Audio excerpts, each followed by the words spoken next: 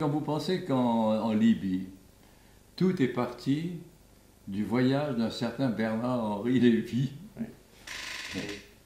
Oui. Monsieur, vous qui fûtes ministre des Affaires étrangères, Oui. que pensez-vous de votre successeur? Oui, écoutez, Monsieur Lévy, Vous êtes fier de succéder à Vergennes et à Talleyrand. Oui. Que pensez-vous de votre successeur, Monsieur Lévy? Je n'ai pas le sentiment de voir un successeur, ou un héritier même, qui puisse être Monsieur Lévy. Écoutez, une Américaine me téléphonait ces jours-ci, me disant, je n'arrive pas à comprendre ce qui se passe, Jacques, expliquez-moi. Je lui dis, mais qu'est-ce qui se passe? Elle me dit, dans une télévision américaine, Monsieur Lévy a déclaré, le temps est passé où les chefs d'État occidentaux devaient faire des pipes aux dictateurs arabes. Il m'a dit, comment peut-on s'exprimer ainsi? Je lui dis, mais il faut te dire compte que c'est une bande de voyous. Et en plus, des voyous aveugles. Or, qui dirige ce comité des opposants à Benghazi? C'est le ministre de la Justice qui présidait à la torture des infirmières bulgares. Bon, enfin.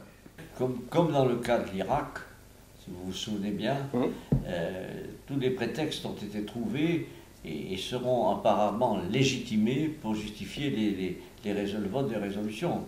Souvenez-vous de ce grand débat qui a eu lieu aux Nations Unies, où le délégué américain, le ministre des Affaires étrangères américain, le plus grand pays de la Terre, est arrivé avec des petites fioles sur le bureau qui était le sien, et il a dit, messieurs, tout est là, tous les produits chimiques dont dispose le dictateur de l'Irak, Saddam Hussein, sont là, et c'est pour ça qu'il faut y aller. Et après, on a prouvé qu'il y avait... Des mauvaises langues disaient que c'était Bernard-Henri Lévy qui dans les toilettes avait pissé dans les... Toujours lui. C'est vrai qu'il est partout, lui. Il est partout. Mais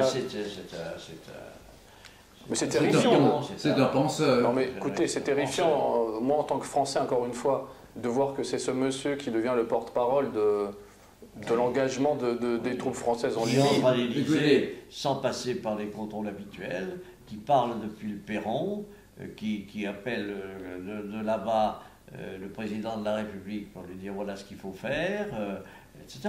Donc on est vraiment dans un État qui n'est plus l'État souverain que l'on connaissait. Vous imaginez le général de Gaulle, je ne veux pas parler des autres, mais le général de Gaulle dans cette situation, avec va en guerre, qui là-bas l'appelle, en Indochine ou ailleurs, en général il faut venir. C'est un côté stupide. Stupide. Il n'y a plus d'État, c'est un état de choses. Petites choses.